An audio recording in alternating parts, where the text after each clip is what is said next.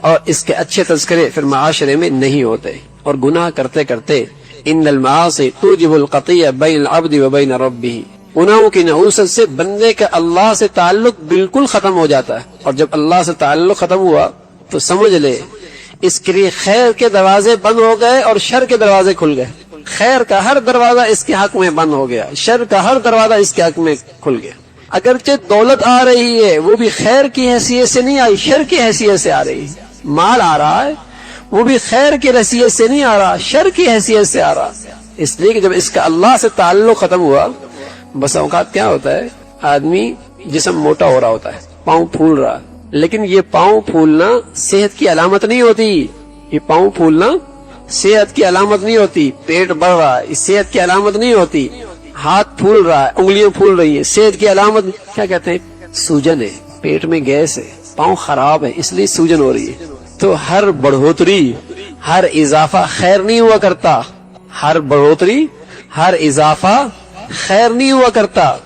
بس اوقات اس لیے بڑھاتے ہیں تاکہ اس کی بربادی اور زیادہ آئے۔ جب پیٹ بڑھتا ہے، اندر گندگی ہوتی ہے، پاؤں بڑھتا ہے، پھولتا ہے، اس کے اندر گند اور بڑھتا ہے نا، جب پھٹتا ہے تو بدبو زیادہ آتی ہے، جب پھٹتا ہے تو بدبو زیادہ ہوتی ہے۔ اسی طرح جب اللہ سے تعلق ختم ہوگا، اگرچہ دولت بھی آئے گی، مال بھی آئے گا، تو یہ بظاہر بڑھ رہا ہے لیکن حقیقت میں اس کے اندر گندگی بڑھ رہی ہے، جب پھٹے گا تو نقصان زیادہ ہوگا، نقصان زیادہ ہوگا، اس کی بربادی زیادہ ہوگی۔ تو جب اللہ سے تعلق ٹوٹتا ہے تو خیر کے دروازے بند ہوتے ہیں، شر کے دروازے کھلتے ہیں، جو بظاہر اسے خیر کی شکلیں نظر آ رہی ہیں حقیقت میں وہ بھی شر ہوتا ہے۔ فَلَمَّا نَسُوا مَا ذُكِّرُوا بِهِ فَتَحْنَا عَلَيْهِمْ أَبْوَابَ كُلِّ شَيْءٍ، فرمایا جب لوگوں نے ہمیں بالکل ہی بھلا دیا، فَلَمَّا نَسُوا مَا ذُكِّرُوا بِهِ، جب لوگوں نے ہمیں بالکل ہی بھلا دیا، فَتَحْنَا عَلَيْهِمْ أَبْوَابَ كُلِّ شَيْءٍ، ہم نے ان کے لیے ہر چیز میں ترقی دے دی، ہر چیز بڑھتی چلی گئی، بڑھتی چلی گئی، بڑھتی چلی گئی۔